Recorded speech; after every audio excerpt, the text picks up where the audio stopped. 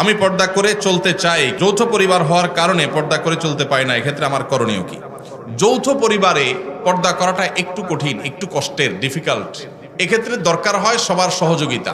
আমরা ছোটবেলায় আমরা দেখেছি যৌথ পরিবারের থেকেও মানুষ পর্দা করার চেষ্টা করত। একই বাড়িতে কয়েকজন মানুষ বসবাস করত, কয়েক ভাই আসতেন, সবার স্ত্রী বাসায় আছেন, একই ঘরে এক একটা কক্ষে এক একজন থাকেন। তো বাহির থেকে আসলে অনেক সময় গলা পরিষ্কার করে ঢুকতো, গলা পরিষ্কার করে প্রবেশ করত, যাতে করে মেয়েরা তারা নিরাপদে সাইড হয়ে যায়, পর্দার খেলাপ না হয়।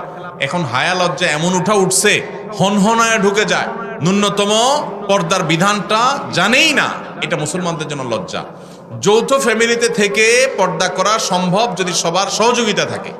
ঠিক আছে, পুরুষরা যখন আসবে মহিলারা সাইড হয়ে যাবে, পুরুষরা যখন বের হবে মহিলারা তখন সাইড দিবেন, মহিলারা যখন থাকবেন পুরুষরা ঢোকার আগে তাদের পারমিশন নেবেন, প্রাইভেসি মেনটেন করবেন। দেখুন, ইসলামের পর্দার বিধানটা হলো মানুষের প্রাইভেসি রক্ষা করার জন্য।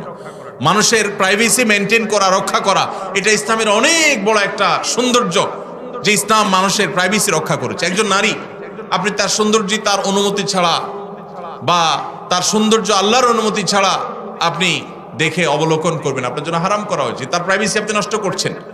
আবার একইভাবে আপনি তাকে নিয়ে মনোজগতে যে বাজে জল্পনা কল্পনার মধ্যে হারিয়ে যাওয়ার আশঙ্কা আপনার মধ্যে আছে এই পর্দাহীনতার কারণে, এই কারণে আল্লাহ তাআলা আমাদের জন্য এটা নিষেধ করেছেন। এই জন্য যৌথ ফ্যামিলিতে থেকে পর্দা করা যায় যদি সবার সহায়তা থাকে, যদি না থাকে তাহলে আলাদা থাকবেন, ছোট্ট কুলঘর নিয়ে ফ্যামিলির সাথে বোঝাপড়া করে তাদেরকে বুঝায়া যে পর্দার জন্য আপনি আলাদা হচ্ছেন।